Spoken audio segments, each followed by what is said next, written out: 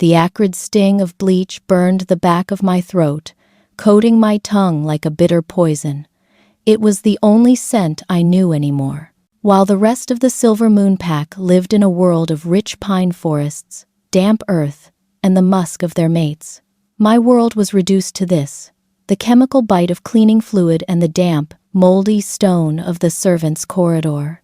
I dipped my rag into the bucket. The water was gray, freezing, and sudsy. As I wrung it out, the harsh soap stung the open cracks on my knuckles, making my breath hitch in my chest. My hands were raw, red, and scaling like lizard skin, a stark contrast to the pale, smooth perfection of the she-wolves upstairs. But I wasn't a she-wolf. Not really. I scrubbed the grout, the rhythmic swish-swish of the rag echoing against the cold walls. Down here, in the belly of the pack house, it was quiet, but if I held my breath and pressed my ear toward the ceiling, I could feel it. The vibration, the thumping bass of the orchestra. The heavy, synchronized thud of hundreds of feet dancing in the grand hall above. Tonight was the grand ball. The night everyone had been whispering about for months. Alpha King Kalen was here. Just the thought of his name made a shiver ghost down my spine, unrelated to the cold water soaking my knees. The rumors about the Alpha King were terrifying. They said he was a monster made of shadow and claw, a ruthless warlord who had conquered the northern territories in a single winter. They said his aura was so potent it could force a grown alpha to his knees without a single word spoken. I scrubbed harder, trying to erase the image from my mind. It didn't matter. Kings didn't look at things like me. I was the Scentless Runt. That was my name. That was my identity. In our world, scent was the soul. It was how you identified rank, family, and intention. An alpha smelled of storm and command, an omega of sweetness and comfort. But me? I smelled of nothing.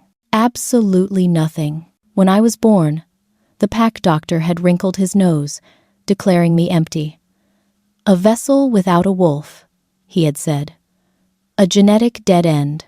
Because I had no scent, I was invisible. I triggered no instincts in the others. To the males, I wasn't a female to be protected or pursued. I was just furniture. To the females, I wasn't competition. I was a stain to be wiped away. A draft swept through the corridor as the heavy oak door at the top of the stairs swung open. Instantly, the bleach smell was overpowered. My stomach gave a violent, hollow growl as the air filled with the heavy, mouth-watering aroma of roast venison, garlic butter, and spiced wine. It was a torture, designed specifically for a starving girl. Following the food came the perfume's cloying, expensive scents of synthetic rose, jasmine, and vanilla. It was too much, too sweet, too thick. It smelled like desperation. Every eligible female in the pack was up there, dousing herself in pheromones, hoping to catch the attention of the Alpha King or his elite guards. I kept my head down, my eyes fixed on the gray stone. Scrub, rinse, wring, repeat. I can smell the filth from here. A voice sneered, sharp and grating. My shoulders hunched instinctively. I didn't need to look up to know who it was. Mara, the head Omega. She wasn't high rank, but in the hierarchy of the servants, she was a queen, and she ruled with a cruelty that compensated for her own lack of power in the pack.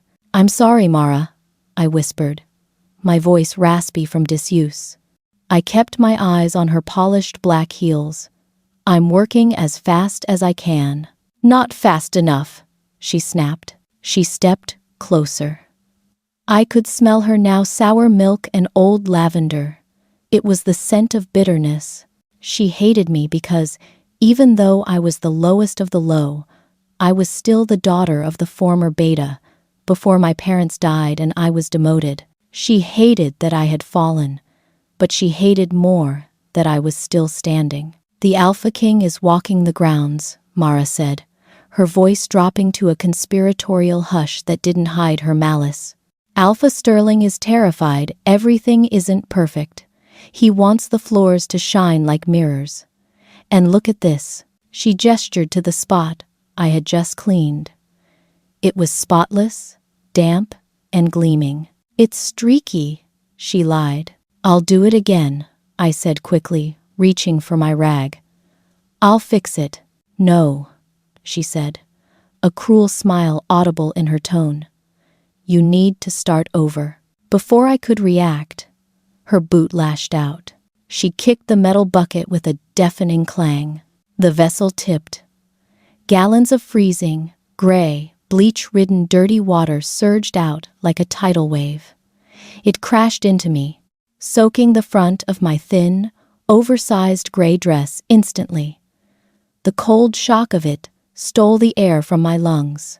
I gasped, freezing water soaking through to my skin, plastering the rough fabric to my shivering frame. The puddle spread rapidly across the stone I had just spent an hour drying. I knelt there, dripping, shaking, amidst the ruins of my hard work. I felt the familiar burn of tears in my eyes, but I refused to let them fall. Crying only excited them. It triggered their predatory drive to hurt the weak. "Oops," Mara said, her tone flat. She didn't even pretend it was an accident. I reached for the bucket to set it upright, my fingers trembling uncontrollably. I will clean it up." "Leave it," she barked, stepping back to avoid the puddle. "You're useless here. We have a crisis in the West Wing." My head snapped up, water dripping from my nose. "The West Wing?" "But that's the main hallway. Guests are there?" "Exactly," Mara hissed, leaning down, her face inches from mine. Some drunken fool spilled red wine on the white marble, right near the entrance to the ballroom. Alpha Sterling is furious. If it isn't gone in 2 minutes, he's going to skin someone alive. Panic flared in my chest, hot and suffocating. "Please, Mara, don't send me up there. Look at me." I gestured to my soaked, clinging dress, my red hands, my stringy hair. "I'm a mess. If I go up there, the Alpha will kill me for being seen." "Then you better be invisible, shouldn't you?" She smirked, straightening up. "You're the Scentless Runt. Being invisible is the only thing you're good at." She pointed a manicured finger toward the service stairs. "Go. Now. Or you don't eat for a week." My stomach cramped at the threat. I had missed dinner yesterday. I couldn't survive another week of starvation. My body was already so frail. I could feel my ribs pressing against the wet fabric of my dress. "Yes, Mara," I whispered. I grabbed a dry stack of towels and a fresh spray bottle of cleaner, scrambling to my feet. My soaked dress clung to my legs, heavy and freezing, weighing me down like a lead anchor. My cheap canvas shoes squelched loudly with every step. Squelch, squelch, squelch. I ran for the stairs, my heart hammering against my ribs like a trapped bird. Don't be seen, don't be heard. Just clean the spot and vanish. I took the stairs 2 at a time, ignoring the burning in my thighs. As I climbed higher, the air changed. The damp, moldy smell of the basement faded, replaced by the overwhelming, intoxicating wall of scents from the party. It was thick enough to taste. Musk, amber, gold, power. I reached the service door that led to the West Wing hallway. I paused, my hand hovering over the handle, taking a shaky breath. My hands were shaking so bad I almost dropped the spray bottle. "Just open it. Do it." I pushed the door open and slipped into the corridor. The transition was jarring. The floor changed from rough stone to polished white marble that gleamed under the light of crystal chandeliers. The walls were lined with velvet tapestries. The music was loud here, a soaring melody of violins that vibrated in the floorboards. I scanned the hallway frantically. It was mostly empty, thank the moon. Most of the guests were inside the ballroom, behind the double doors at the far end. Then I saw it. The spill, a massive splatter of dark crimson wine, marred the pristine white floor right in the center of the hallway. It looked like a bloodstain. I rushed forward, dropping to my knees. The marble was cold, biting through the thin fabric of my dress. I sprayed the cleaner desperately, the chemical smell mixing strangely with the expensive perfumes lingering in the air. I scrubbed, my arm moving in a blur. Out, out, get it out. The red stain began to lift, turning the white towel pink. I was panting, my hair falling into my eyes. Almost done. Just one more wipe. Suddenly, the air in the hallway changed. It wasn't a sound. It wasn't a smell. It was a pressure. It felt like the atmospheric drop before a tornado touches down. My ears popped. The tiny hairs on my arms stood straight up, prickling with static electricity. A silence fell, heavy and suffocating, drowning out the music from the ballroom. My wolf, the one everyone said didn't exist, stirred in the deepest, darkest corner of my soul. She didn't howl. She didn't growl. She whimpered. "Danger," she whispered. "High predator." I froze, my hand hovering over the marble. I kept my head down, staring at the pink stain on the towel, praying to disappear. Please walk past. Please don't see me. Heavy footsteps echoed on the marble. Thud, thud, thud. They weren't the hurried steps of a servant or the drunken stumble of a guest. They were slow, deliberate, predatory. Each step vibrated through the floor, straight into my knees. The scent hit me a second before he did. It wasn't cloying like the others. It was an assault on my senses.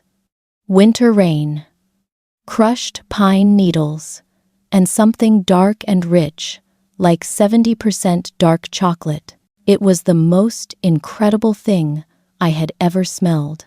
It made my mouth water and my head spin. The footsteps stopped. Right in front of me, I saw a pair of boots. Polished black leather, size 12, thick-soled and imposing. They were inches from my nose. I stopped breathing. The air in the hallway seemed to vanish, sucked into the vortex of the man standing above me. I waited for the kick. I waited for the yell. I waited for him to tell me I was filth. Instead, a low, rumbling sound vibrated through the air. It was a growl, but it sounded confused.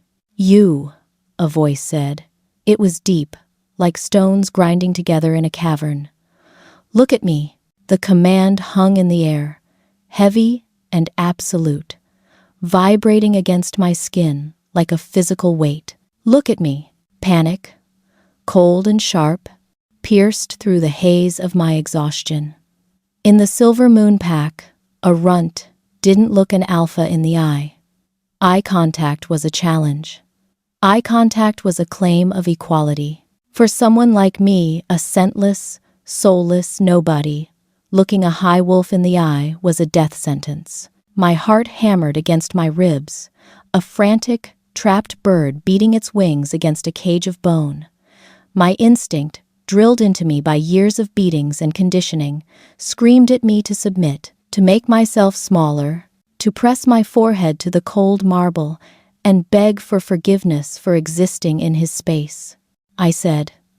The voice came again, lower this time, a growl that wasn't just sound, but a tectonic shift in the room's pressure. "Look at me." It wasn't a request. It was an alpha command. It slammed into my mind, bypassing my fear, bypassing my free will. It hooked into my spine and yanked. Slowly, agonizingly, I lifted my chin. My neck creaked with tension.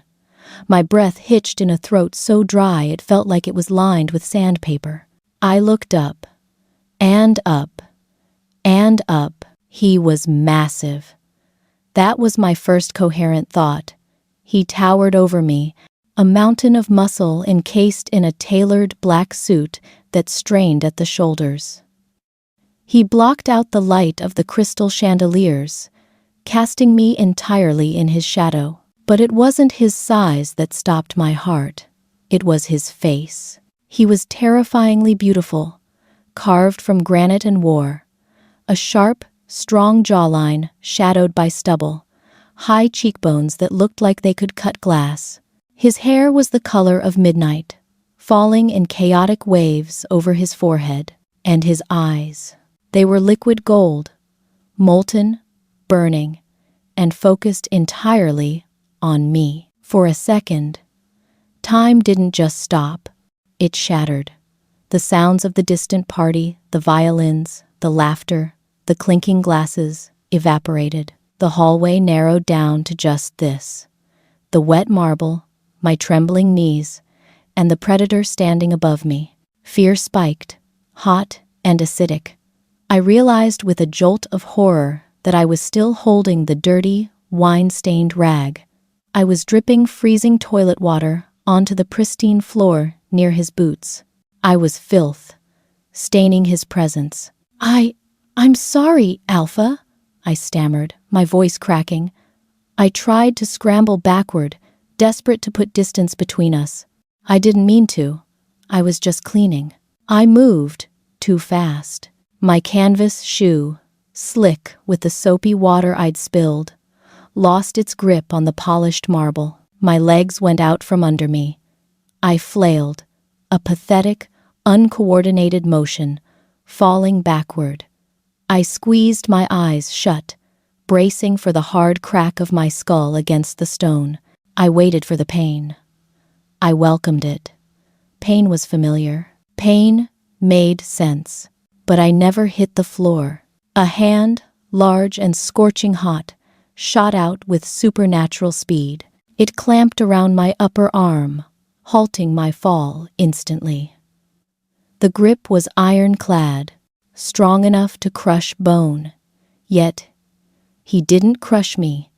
He held me. The moment his skin touched mine through the thin, wet fabric of my sleeve, the world tilted on its axis. ZZRRT. A shockwave of electricity exploded from the point of contact. It wasn't static. It was a lightning strike, searing and raw, tearing through my veins and lighting up my nervous system like a city grid coming online. I gasped, my eyes snapping open. The heat was unbearable. It rushed from his hand into my freezing, shivering body, chasing away the cold of the bleach water in a single heartbeat. It felt like I had swallowed a star. I stared at him, bewildered. My mouth fell open. He didn't let go. In fact, his grip tightened, pulling me effortlessly upward until I was on my knees again, mere inches from his legs. The scent hit me again, stronger this time, suffocating in its intensity. Winter rain. It was the smell of a storm about to break, clean and ozone-rich, pine, deep, ancient forests where no sunlight touched the ground, and that rich, dark undertone of dark chocolate, bitter, sweet, addictive. It filled my nose. It filled my lungs. It made my head swim with a drunkenness I had never experienced. What? The word slipped out on a breath of air. The Alpha King wasn't looking at the stain on the floor. He wasn't looking at my wet, gray rags. He was staring intently at my face, his expression unreadable, frozen in a mask of shock. He leaned down. He moved slowly, like he was approaching a wild animal that might bolt. The golden fire in his eyes dimmed, swirling, darkening. He inhaled. It was a deep, guttural intake of breath, his nostrils flaring. He was smelling me. Shame flooded me, hotter than the strange sparks on my skin. He was smelling the bleach, the dirty mop water, the sweat of my fear, the stink of a runt who hadn't showered in 2 days because the hot water in the servants' quarters had been turned off. "I smell like cleaner," I whispered, tears pricking my eyes, desperate to apologize before he punished me for offending his senses. "I'm sorry, I have no scent. I'm a runt. Please let me go. Quiet," he murmured. His voice wasn't a bark. It was a rumble that vibrated in his chest, resonating in mine. He released my arm, and before I could scurry away, his hand moved to my face. His palm cupped my cheek. His fingers were rough, calloused from wielding weapons, but his touch was impossibly gentle. His thumb brushed over my cheekbone, wiping away a smudge of dirt or maybe a tear. The electricity spiked again, sharper, hotter. My heart stuttered, missing a beat, then two. My wolf, my dormant, silent, useless wolf, suddenly clawed at the back of my mind, waking up with a ferocity that made me gasp. "Mate?" she whispered. No, that was impossible. I was hallucinating. I was delirious from hunger. "Mate, mate, mate." The chant grew louder in my head, a drumbeat of instinct I couldn't suppress. The king's eyes were changing. The gold was being swallowed by an abyssal black. His pupils dilated until there was no iris left, just 2 pools of infinite darkness. The veins in his neck bulged, his jaw clenched tight, a muscle ticking wildly in his cheek. He looked, in pain. "You," he breathed, his voice sounding like it was being torn from his throat. "You are not scentless." I trembled under his touch, trapped by his gaze. "I am," I insisted weakly, tears finally spilling over. "I am nothing. Ask anyone. I have no wolf. I have no smell." "Lies," he hissed. He leaned closer, burying his nose in the crook of my neck, right where my pulse was hammering a frantic rhythm against my skin. His hot breath ghosted over my damp flesh, sending shivers racing down my spine. "You smell," he inhaled again, a shudder racking his massive frame. "You smell like lilacs, like spring blooming in the snow. You smell like home." My breath caught.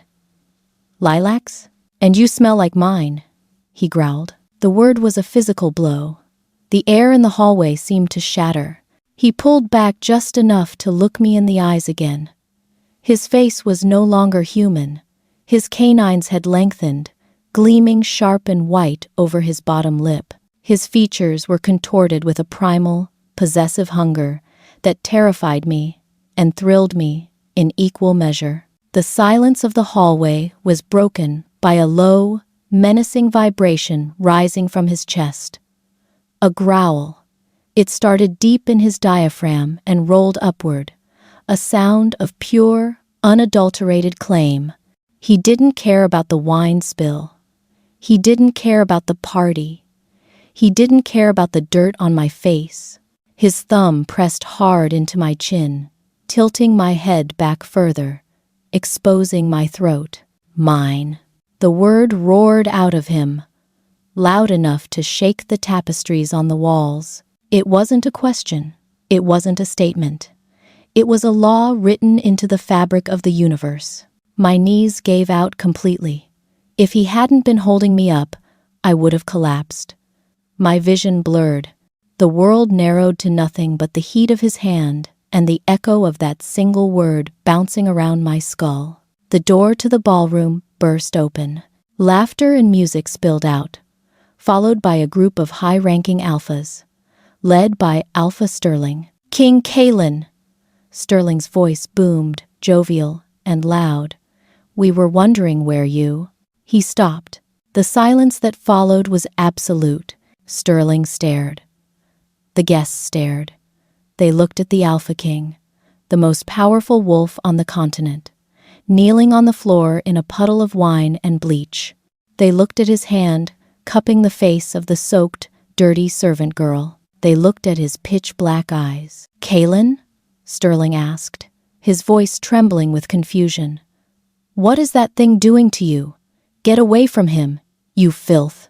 Sterling took a step forward, his hand raising as if to strike me from a distance with his aura. The growl that ripped from Kaelin's throat then wasn't human. It was the sound of a beast protecting its treasure. He didn't look at Sterling. He didn't look away from me. He just shielded my body with his own, his grip on my face tightening possessively. "Take another step, Sterling," Kaelin snarled, his voice dropping to a demonic register, "and I will rip your throat out." The silence that followed Kaelin's threat was thick enough to choke on. For a heartbeat, the only sound in the hallway was the wet drip, drip, drip of dirty water falling from the hem of my dress onto the marble. Then, the smell hit me. Before, the air had been choked with expensive perfume and roast meat. Now, a new scent rolled off the gathering crowd like a tidal wave. Acrid, sour, sharp like vinegar. It was the scent of fear. Alpha Sterling, a man who had terrified me since I was a child. A man whose heavy footsteps made me hide in supply closets, took a stumbling step back. His face, usually flushed with arrogance, drained of color until it matched the white walls. King Kaelin," Sterling stammered, his hands raised in a gesture of surrender. I didn't mean any disrespect. I didn't know you were inspecting the help." Inspecting the help, the words made me flinch. Is that what this was? Was I just a curiosity? A stain he was examining before ordering it removed? I tried to pull away. The heat, radiating from Kaelin's body, was overwhelming, burning through my soaked clothes, making my skin prickle with that terrifying, addictive electricity. It was too much. I needed to get back to the shadows. I needed to hide before I was punished for this spectacle. "Please," I whispered, my voice barely audible. "Let me go. I'll clean it up. I promise." Kaelin didn't loosen his grip. Instead, his hand slid from my jaw down to the nape of my neck, his fingers tangling in my damp, messy hair. The touch was possessive, dominating. "You aren't going anywhere," he rumbled, his voice vibrating against my chest. He finally stood to his full height, and because he refused to let go of me, I was dragged up with him. My legs were jelly. I swayed, lightheaded from the adrenaline and hunger. "Kaelin, be reasonable!" Sterling laughed nervously, trying to diffuse the tension. He gestured at me with disgust. "Look at her. That is Alara. She is the pack runt. She's defective." Sterling took a step closer, his nose wrinkling. "She has no scent, Your Highness. She has no wolf. She's a genetic dead end, whatever game you're playing." "Silence," Kaelin said. He didn't shout. He didn't need to. The word was wrapped in pure alpha command. Sterling's mouth snapped shut with an audible click. His knees buckled, forcing him to bow slightly. The other guests, alphas, betas, and high-ranking females, in their glittering gowns, gasped and pressed themselves against the walls, terrified of the aura pouring off the king. Kaelin turned his back on them. He looked down at me, his pitch-black eyes scanning my face, my trembling hands, my soaked dress. "You are shaking," he murmured. The demonic edge left his voice, replaced by a dark, brooding concern. "I'm dirty," I choked out, tears finally spilling over, hot and fast. "I'm getting bleach on your suit. Please, Alpha, you're ruining your clothes." It was a ridiculous thing to worry about. But in my world, ruining an Alpha's property was a crime punishable by the whip. Kaelin looked at the gray smear of water on his immaculate velvet lapel. Then he looked at me. "I don't care about the suit," he said simply. Then he did the unthinkable. He bent down. One arm swept behind my knees, the other hooked around my back. I gasped as the floor fell away. He lifted me effortlessly, hoisting me high against his chest as if I weighed nothing more than a feather. My instinct screamed at me to struggle, to fight, but my body betrayed me. The moment I was pressed against him, that winter rain and pine scent enveloped me completely. It was a drug. My head fell against his shoulder automatically. I could feel the hard wall of his chest muscle, the rapid, powerful thud of his heart beating against my own. Thump, thump. Thump, thump. It beat in perfect sync with mine. No, no, put me down! I panicked, realizing the entire royal court was watching the Alpha King cradle the cleaning girl like a bride. I'm filthy. I smell like bleach. Kalen ignored my protests.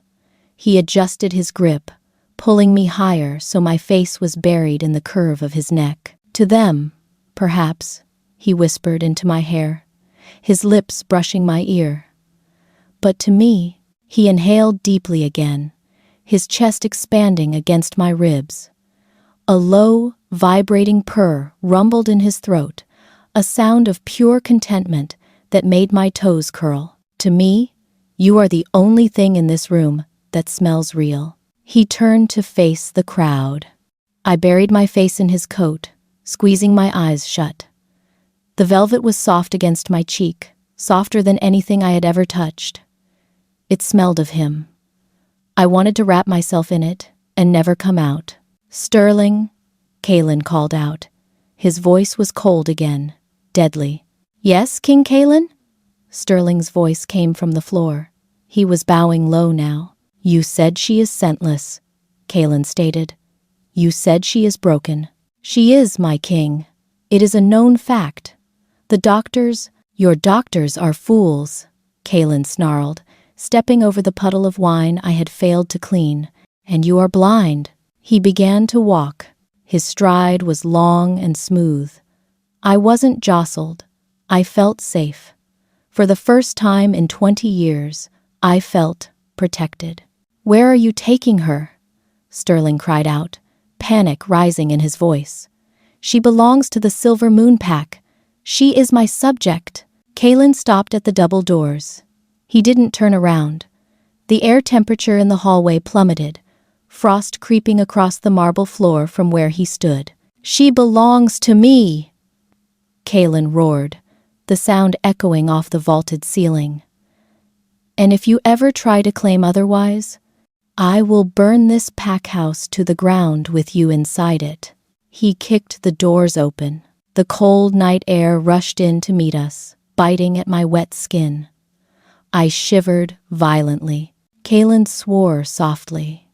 He stopped immediately, shifting his hold on me so he could unbutton his jacket with one hand. In a blur of motion, he shrugged the heavy velvet coat off his shoulders and wrapped it around me, tucking me inside it like a precious jewel. It was massive on me. It swallowed me whole, warm and heavy, and smelling of dark chocolate. Sleep, little wolf, he murmured, stepping out into the night, leaving the stunned silence of the ball behind us. We are going home. I don't have a wolf, I whispered into his chest, the exhaustion finally dragging my eyelids down. The warmth was making me drowsy. The terror was fading into a surreal, dreamlike haze. You do, he promised, his arms tightening around me as he walked toward a waiting black SUV. And she is magnificent. I didn't believe him. But as the darkness took me, enveloped in his scent and his heat, for the first time in my life, I didn't care. I just let myself fall. I woke up drowning in clouds. That was the only way to describe the sensation. My body, usually aching from the hard wooden pallet I slept on in the servants' quarters, was weightless. Something cool and impossibly smooth caressed my cheek, a texture like water, but dry. I kept my eyes closed, afraid to move. It's a dream, I told myself.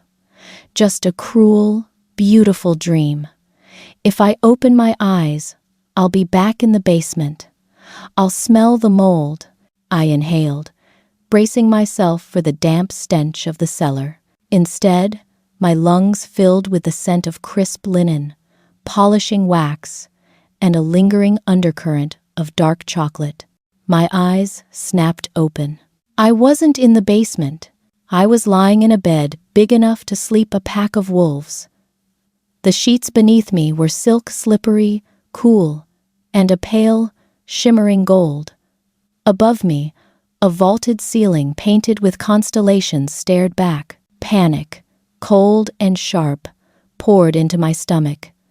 I sat up so fast the room spun. "Oh, goddess," I whispered, my voice sounding tiny in the cavernous space. This was the king's suite, the penthouse, the golden cage.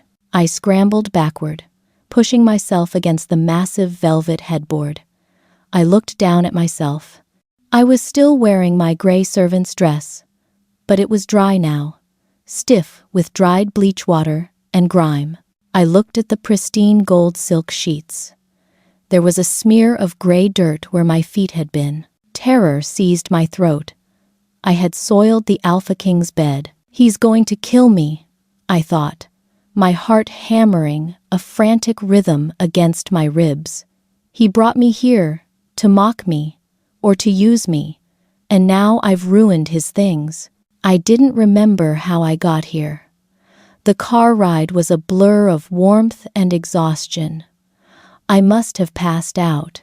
I scrambled off the bed, my feet sinking into a carpet so plush it felt like thick moss. I needed to fix this. If I cleaned it before he saw, maybe he wouldn't be angry. Maybe he wouldn't send me back to Alpha Sterling. I looked around frantically. The room was immaculate. Not a speck of dust on the mahogany dresser. Not a smudge on the floor-to-ceiling windows that looked out over the packlands. It was terrifyingly perfect. I grabbed the corner of the silk sheet and began to scrub at the dirt stain with the sleeve of my dress. "Stupid, stupid, stupid," I chanted internally. "You ruin everything you touch." The scrubbing didn't help. It just smeared the dirt further into the expensive fabric. Tears pricked my eyes. I needed water. I needed soap. I turned toward a frosted glass door on the far side of the room. A faint sound came from behind it, the hiss of running water. He was in there. My blood ran cold. The Alpha King was just a few feet away. I couldn't just stand there. I had to be useful. That was the only rule of my existence. Be useful or be punished.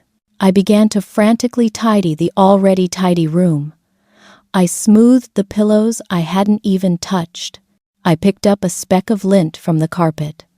I straightened a heavy crystal tumbler on the nightstand, lining it up perfectly with the edge. My hands were shaking so badly, the crystal rattled against the wood.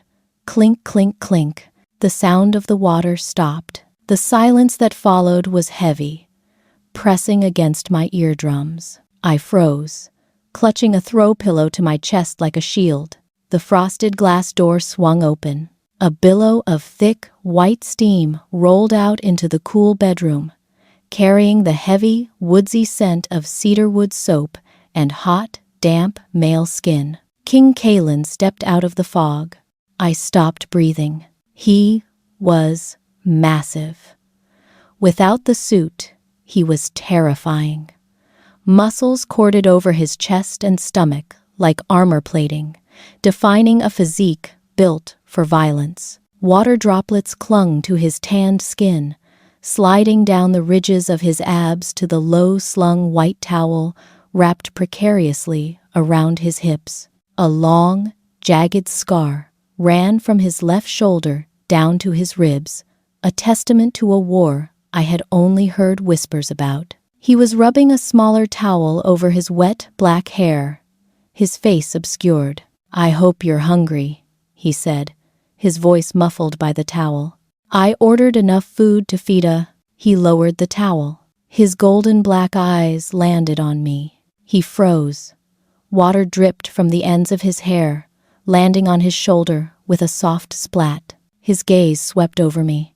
He saw me standing by the bed, clutching the pillow, my body trembling, my eyes wide with terror. He saw the frantic way I was standing, ready to bolt. His brow furrowed. The relaxed, post-shower ease vanished, replaced instantly by intensity. "What are you doing?" he asked slowly. I dropped the pillow. My hands flew to my sides, fingers twitching. I'm sorry, Alpha," I squeaked, bowing my head so low my chin touched my chest. I made a mess. The sheets. I got dirt on the sheets. I was trying to clean it, but I didn't have water, so I was just straightening up until I could find a rag. I was rambling. I couldn't stop. "I can be useful," I pleaded, desperate to prove I wasn't a waste of space. "I can clean the bathroom when you're done. I can shine your shoes. I'm a good worker. I don't eat much. Please, just don't. Don't send me back to the cells." The silence stretched, agonizingly long. Then, I heard movement, heavy, wet footsteps on the carpet. Thump, thump. He was coming for me. I squeezed my eyes shut, bracing for the blow. I flinched as his shadow fell over me, blocking out the light. The heat of his body radiated outward, hitting me like an open oven door. He smelled so good it made my knees weak, that clean, sharp cedarwood mixing with his natural winter rain musk. "Open your eyes," he commanded. Softly, I shook my head, terrified. "Ilara." His voice was a rumble in his chest, deep enough to vibrate through the floorboards. "Look at me." Slowly, I peeled my eyes open. He was standing inches away. He wasn't raising a hand to strike me. He was reaching out, his large hand wrapped around my wrist.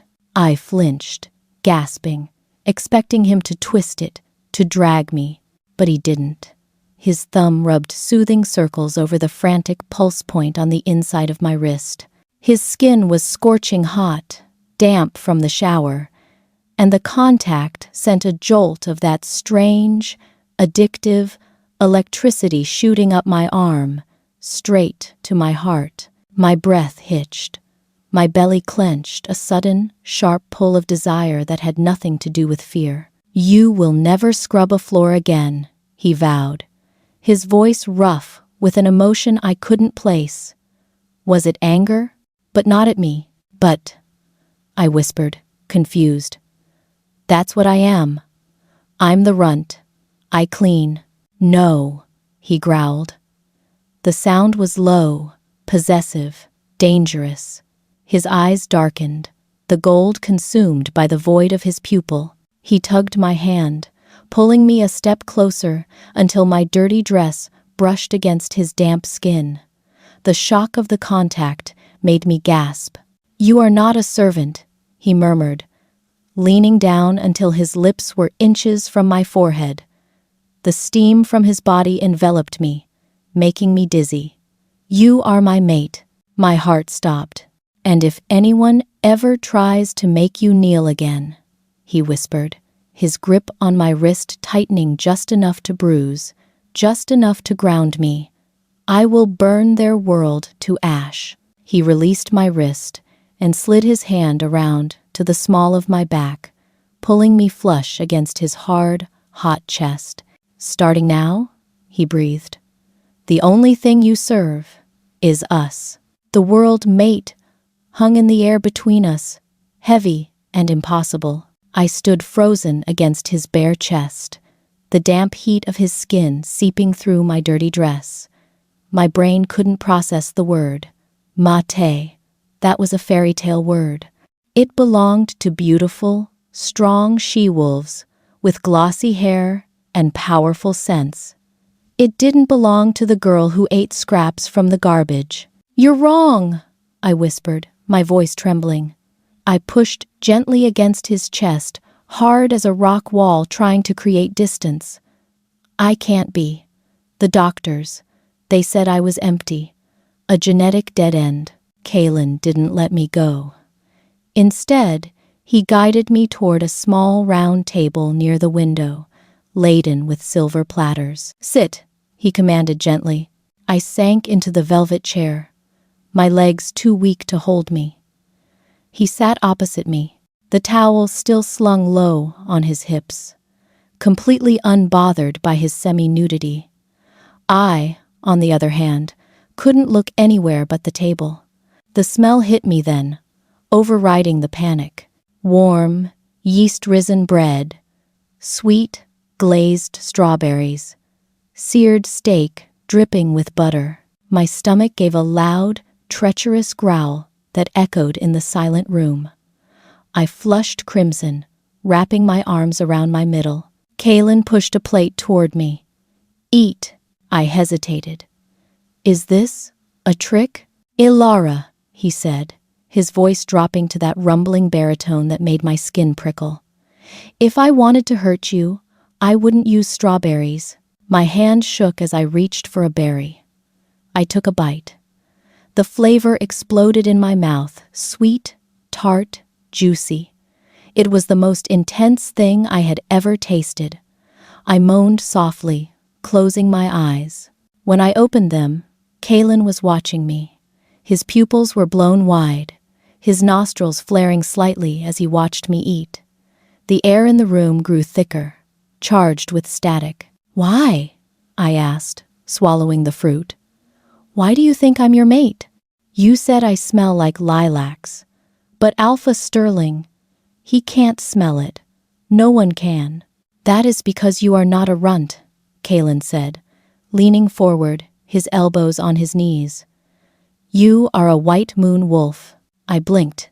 "A what?" "A white moon wolf," he repeated, reverence coloring his tone. "They are rare, ancient. Their power is so potent that nature masks their scent to protect them until they are strong enough to defend themselves. To ordinary wolves, you smell like nothing. You are invisible." He reached across the table, his fingers brushing my knuckles. The spark ZZRT jumped between us again, hotter this time, a stinging, pleasant heat that raced up my arm and settled in my chest. "But I am not an ordinary wolf," Kaelin whispered, his eyes locking onto mine. "I am a true alpha. My senses are evolved. I can smell through the mask. I can smell you." I looked down at my hands, red, cracked from bleach, scarred. "I don't feel powerful. I feel broken." "You are healing," he said fiercely. "The bond is already working. Look." He pointed to my hand. I looked down. The angry red crack across my knuckle, the one that had been bleeding an hour ago, was gone. The skin was pink and new. I gasped, rubbing my thumb over the spot.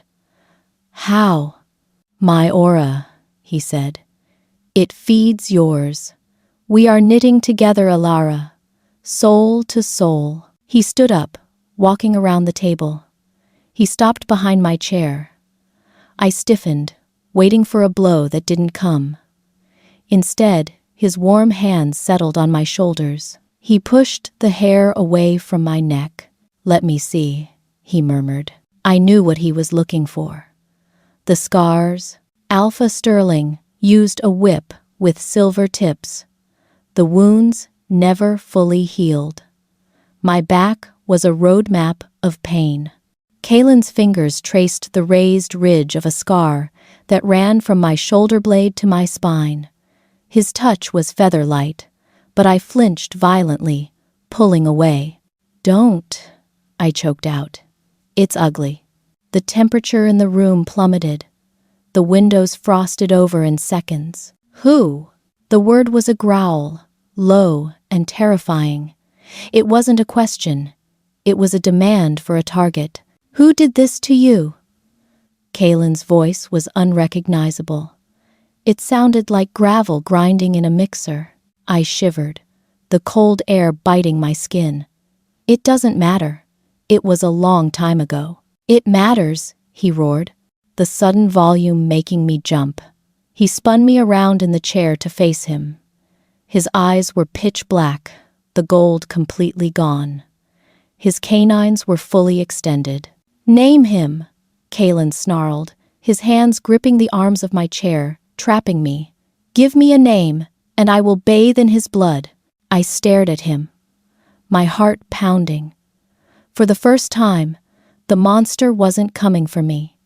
The monster was standing between me and the world, teeth bared, ready to kill for me. "Sterling," I whispered. Kalen went perfectly still.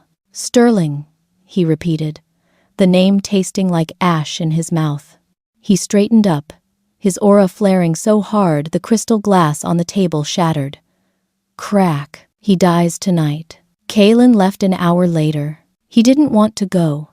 He paced the room like a caged tiger, growling that he shouldn't leave me alone. But his beta had mind-linked him with an urgent security breach at the border. Before he left, he kissed my forehead, a searing brand of heat that lingered long after he was gone, and ordered 2 guards to stand outside the door.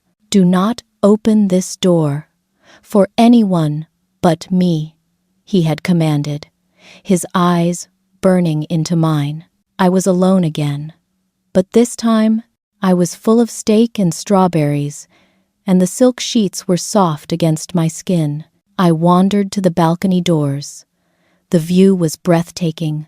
The silver moon territory stretched out like a dark green ocean under the moonlight. "Knock, knock." I froze. "The guards?" "Room service," a female voice called out, smooth, melodic. "King Kalen ordered fresh clothes for you." My heart leaped. Clothes. Real clothes that weren't stiff with bleach. I ran to the door and unlocked it. It wasn't a maid. Standing in the hallway, flanked by 2 unconscious guards who were slumped against the wall, was Lady Vesper. She was breathtakingly beautiful, tall, with hair like spun gold and eyes the color of ice. She wore a red silk gown that hugged every curve, and she smelled of oversweet roses and vanilla. It was cloying, suffocating, like a funeral home. She smiled. It didn't reach her eyes. "So," she purred, stepping into the room and forcing me backward. "You're the pet." I stammered, clutching the door handle. "Shut the door," she snapped. The melodic tone was gone, replaced by the sharpness of breaking glass. I shut it, my hands shaking. Vesper circled me, her heels clicking on the hardwood floor. She looked me up and down with open disgust. "He has strange tastes," she mused, reaching out to flick the strap of my gray dress. "I suppose after years of war, a man wants something simple, something he can break." "He's not going to break me," I said, a sudden surge of defiance rising in my chest. It was the bond. It was giving me a backbone. Vesper laughed. It was a cold, tinkling sound. "Oh, honey, he already has. Look at you. You're a mess. A scentless little nothing." She leaned in close. Her perfume was so strong it made my eyes water, masking the scent of the unconscious guards in the hall. "Do you really think a king wants a mate he has to fix?" she whispered, her voice dripping with poison. "He's just fascinated by the novelty, like a child with a stray dog. Once he realizes you have no power, no social grace, and no wolf, he'll get bored. And when Kalen gets bored, he gets cruel." Her words were like needles, finding the deepest insecurities in my heart. Imposter syndrome roared to life. She was right. Look at her, she was a queen. I was a maid. "He called me his mate," I whispered, my voice wavering. "He called his last mistress beloved right before he exiled her to the wastelands." Vesper lied smoothly. She walked toward the balcony doors and threw them open. A gust of freezing wind and rain blew into the room. "You don't belong here, Runt," she hissed. "You belong in the cold." Before I could react, she moved. She was fast, an alpha female. She shoved me hard in the chest. I stumbled backward, tripping over the threshold, and fell onto the stone balcony. The rain was torrential. It soaked me instantly, turning my warm skin to ice. "Stay there and think about what you are," Vesper sneered. She slammed the glass doors shut. I heard the lock click. "No!" I screamed, scrambling up and pounding on the glass. "Let me in. It's freezing." Vesper stood on the other side, safe and warm. She smiled, waved her fingers, and turned to walk away, disappearing into the suite. I was alone. The cold was different up here on the penthouse balcony. It was biting. The wind howled, stripping the heat from my body in seconds. My wet dress clung to me like a shroud. I shivered violently, my teeth chattering so hard my jaw ached. Hypothermia. It was setting in fast. I curled into a ball in the corner, trying to preserve heat. "Kaylin," I thought, squeezing my eyes shut. "Help me." I didn't say it out loud. I just thought it. But deep in my chest, something snapped. A tether I didn't know existed pulled taut. My mind didn't just whisper his name. It screamed it down the bond. "Kaylin!" Far away, across the territory, I felt a response. A roar of rage that wasn't a sound, but a feeling. It was red-hot and murderous. And then, a new sensation. The cold wasn't just cold anymore. It was fuel. My bones began to ache. Not with the chill, but with pressure. A grinding, snapping pressure. My skin felt too tight. My vision sharpened. The darkness of the storm suddenly turning into shades of gray and silver. The wolf I had been told didn't exist was clawing her way out. The cold was no longer a temperature. It was a physical weight, crushing the air out of my lungs. I curled tighter into the corner of the balcony, my cheek pressed against the freezing wet stone. The rain lashed down in sheets, stinging my skin like thousands of tiny needles. My dress was frozen stiff, a suit of ice armor that trapped me in my misery. My heart rate slowed. Thump, thump, thump. It was peaceful, in a way. The numbness was spreading from my fingers and toes toward my center. The shivering had stopped. That was bad, I knew. That meant the end.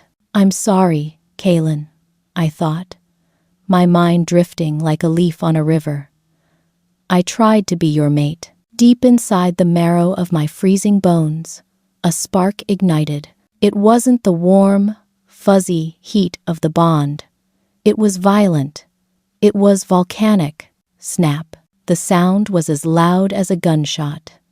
A jagged spike of agony tore through my left shoulder. I screamed, but the sound was swallowed by the howling wind. Snap. Crack. My ribs. My ribs were breaking. I convulsed on the stone floor, arching my back as liquid fire flooded my veins. It felt like I had swallowed a gallon of lava. The heat warred with the ice, steaming the rain off my skin. "Make it stop!" I sobbed, clawing at the stone until my nails broke. "Please, it hurts." "Let go," a voice whispered in my head. It wasn't my voice. It was ancient, guttural, and powerful. "Let me out." My spine arched, reshaping itself with a sickening, grinding noise, like stones being crushed in a mill. My jaw unhinged. My skin felt too tight, stretching, tearing. It was the most excruciating pain I had ever felt, yet it felt right. It felt like taking off a shoe that had been too small for 20 years. A blinding silver light exploded from my chest, illuminating the stormy balcony like a flare. I threw my head back and opened my mouth to scream, but a human sound didn't come out. A howl did. It started low and rose into a crescendo that harmonized with the thunder. My body dissolved into the light, reshaped by magic and biology.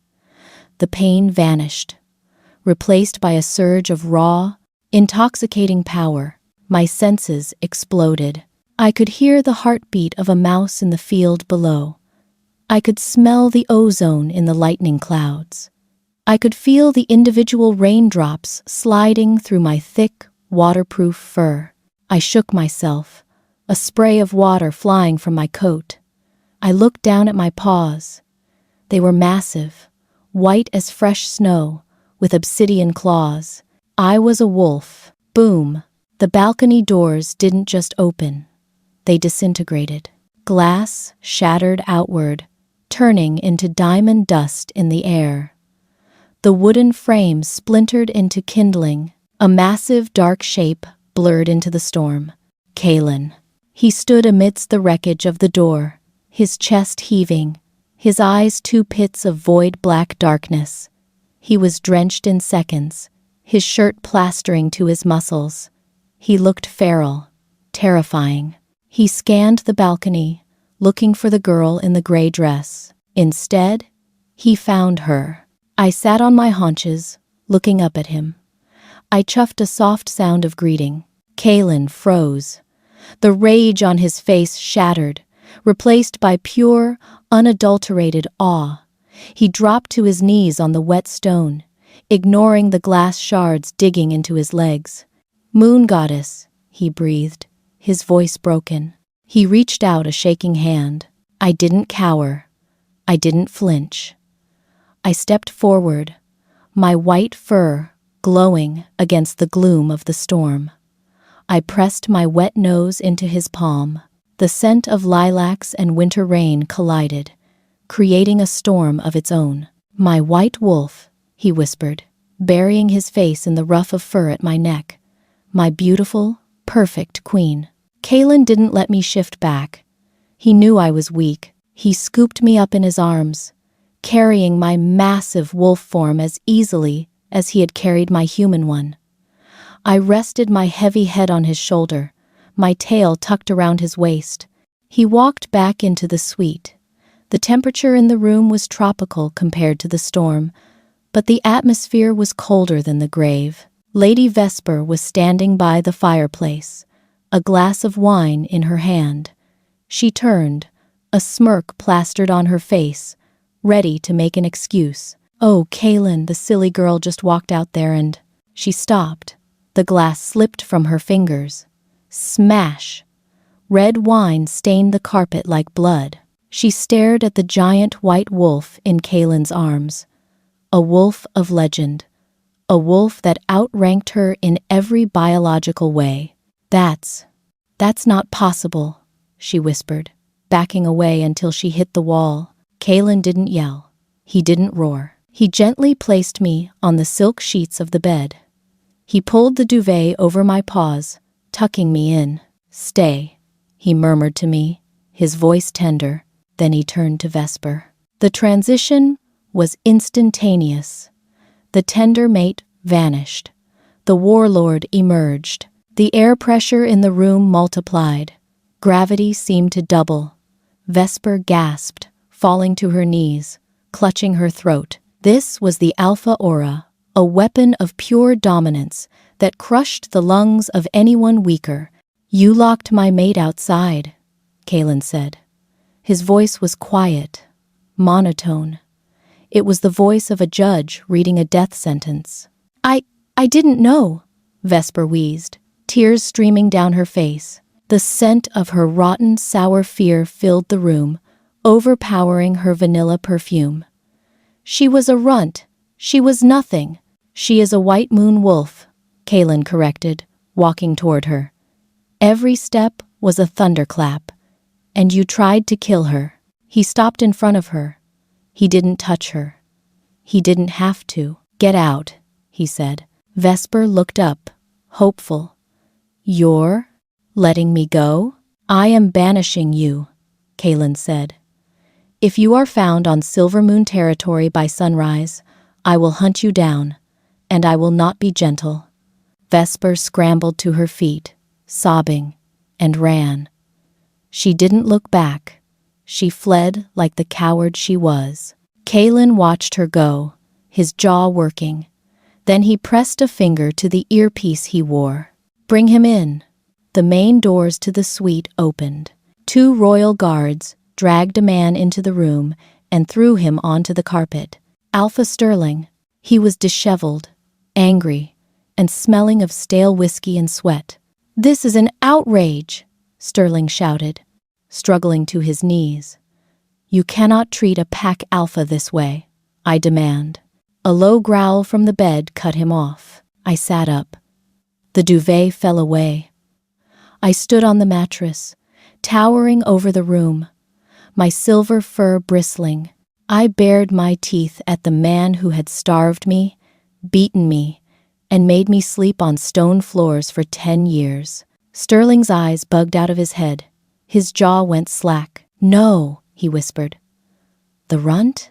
"Alara," Kalen corrected, stepping between us. He blocked Sterling's view of me, protective and deadly. "And you owe her a debt of blood." Kalen unbuttoned his cuffs, rolling up his sleeves slowly. "I saw the scars on her back, Sterling. Silver-tipped whips? On a child?" Sterling scrambled backward, his heels digging into the rug. "It was discipline. She was useless. She had no wolf." "She has a wolf," Kalen roared, his control finally snapping. "She has a wolf that could crush you with a single paw. But I won't let her dirty her claws on trash like you." Kalen lunged. It was a blur of motion. Sterling tried to shift, his bones cracking as he attempted to call his wolf, but he was too slow. Kalen didn't shift. He didn't need to. He caught Sterling by the throat, lifting him one-handed off the floor. "Please!" Sterling gagged, his feet kicking uselessly in the air. "Mercy." "Mercy?" Kalen tilted his head, his eyes fully black. "Did you show her mercy when she was scrubbing your floors with bleeding hands? Did you show her mercy when you starved her?" Kalen tightened his grip. There was a sickening crunch of cartilage. "My mate is the only reason I am not burning your entire bloodline to ash," Kalen hissed. With a savage jerk of his arm, Kalen threw Sterling across the room. The alpha hit the wall with a massive thud and slid down, unconscious, broken, but alive. "Get him out of my sight," Kalen ordered the guards. "Strip him of his title. Throw him in the dungeon. Alara will decide his fate when she wakes." The guards dragged the limp body away. The door clicked shut. Kalen turned back to the bed. The red fury drained from his face, leaving him looking exhausted and raw. I whined softly, hopping down from the bed. I trotted over to him and nudged his hand with my wet nose. He collapsed to his knees, wrapping his arms around my neck, burying his face in my fur. He breathed me in, the scent of blood and violence on him fading, replaced by the scent of us. "It's over," he whispered into my coat. "You're safe." But as I licked the blood from his knuckles, I knew it wasn't over. The bond was pulling at me, an ache deep in my human soul and my wolf spirit. I needed something more than safety. I needed the mark. The shift back to human form was softer this time. It didn't break me. It melted me. I woke up wrapped in the duvet, my body heavy and languid, like I was floating in warm honey. The storm outside had passed, leaving a silence so profound I could hear the dust motes dancing in the moonlight. I wasn't cold anymore. In fact, I was burning. A fever ravaged me, not a sickness, but a need. It started in the pit of my stomach, a coil of heat winding tighter and tighter, sending pulses of ache between my thighs. My skin felt too sensitive, the silk sheets rasping against my nerves like sandpaper. "You're awake." Kalen was sitting on the edge of the bed. He had cleaned up. The blood was gone, his shirt discarded. His bare chest rose and fell in a rhythm that my own lungs tried to mimic. He held a glass of water to my lips.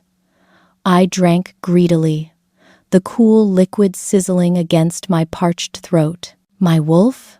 I whispered, the memory feeling like a fever dream. "She came out."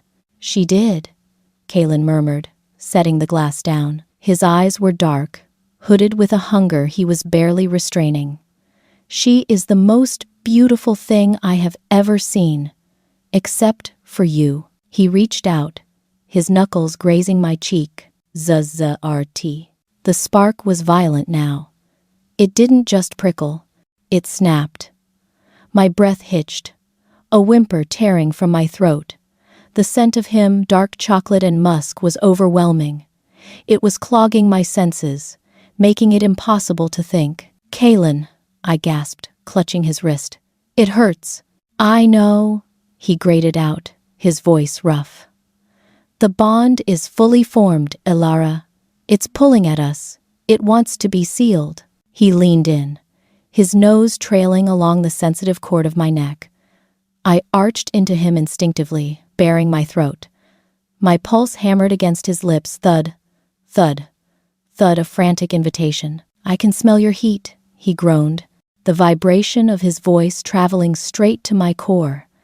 "It smells like honey and wildflowers. It is driving me insane." I gripped his shoulders, feeling the hard, tense muscle beneath my fingers. I didn't want him to stop. I wanted him closer. I wanted to crawl inside his skin. The emptiness that had defined my life, the lack of scent, the lack of soul, was gone, replaced by this voracious, consuming fire. I looked into his eyes. The gold was gone. The black was total. The beast was at the surface. "Mark me," I whispered. The command hung in the air, primal and absolute. Kalen froze. His hands tightened on my waist, bruising in the best way. "Are you sure?" he asked, his voice strained. "Once I bite you, there is no going back. Our souls are tied. If I die, you die. You are mine, forever." "I don't want to be anyone else's," I said, my voice gaining strength. "I spent my whole life being invisible. I want to be seen. I want to be yours." He didn't wait. He growled a savage, possessive sound that shook the bed frame. He pulled me flush against him, skin to skin, heat to heat. His lips crashed onto mine, hungry and desperate. He tasted of mint and power. Then he moved down. He found the sweet spot where my neck met my shoulder, the mating gland that had been dormant my entire life. It was throbbing now, swollen and waiting. He licked the spot once, sending a shiver rattling through my bones. "Mine," he breathed against my skin. He sank his teeth in, piercing, sharp, exquisite. I cried out, digging my nails into his back. It wasn't pain. It was a floodgate opening. As his canines broke the skin, a rush of pure energy exploded between us. It wasn't just physical. I felt him. I felt his fierce protectiveness, his loneliness, his overwhelming adoration for me. And he felt me, my fear, my relief, my love. The connection snapped into place like a steel cable. My scent flared, filling the room. Lilacs, winter rain, pine. The smells tangled together, creating something new, something permanent. He pulled back slowly, licking the drop of blood from the wound, sealing it instantly with his saliva. He looked at me, his eyes clearing, the gold returning but brighter than before. He looked at the crescent-shaped scar now etched into my neck, the mark of the Alpha King. "It is done," he whispered, pressing his forehead to mine. "You are my Luna. You are my soul." I closed my eyes, breathing in the scent of our mingled blood. I wasn't the scentless runt anymore. I was Elara, mate of the king, and for the first time in my life, I was whole. 1 month later, the mirror was huge, framed in gold, and for the first time in my life, I recognized the woman standing in it. She didn't look like a maid. Her skin wasn't gray and sallow. It was flushed with health, glowing under the soft lights of the dressing room. Her hair wasn't stringy and dull.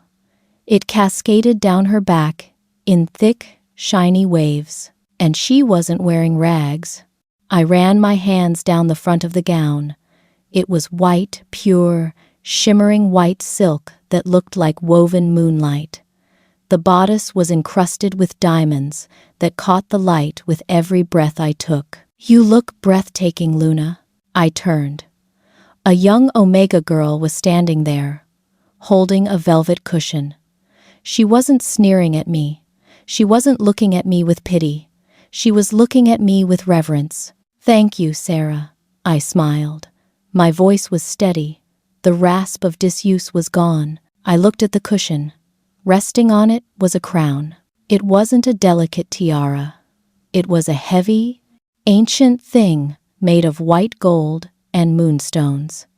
The crown of the Silver Moon Queen. "Is it time?" I asked. "The pack is waiting," Sarah said, bowing her head. "The king is waiting."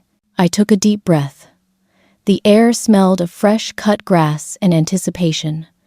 I could feel the pack outside thousands of minds, buzzing with excitement.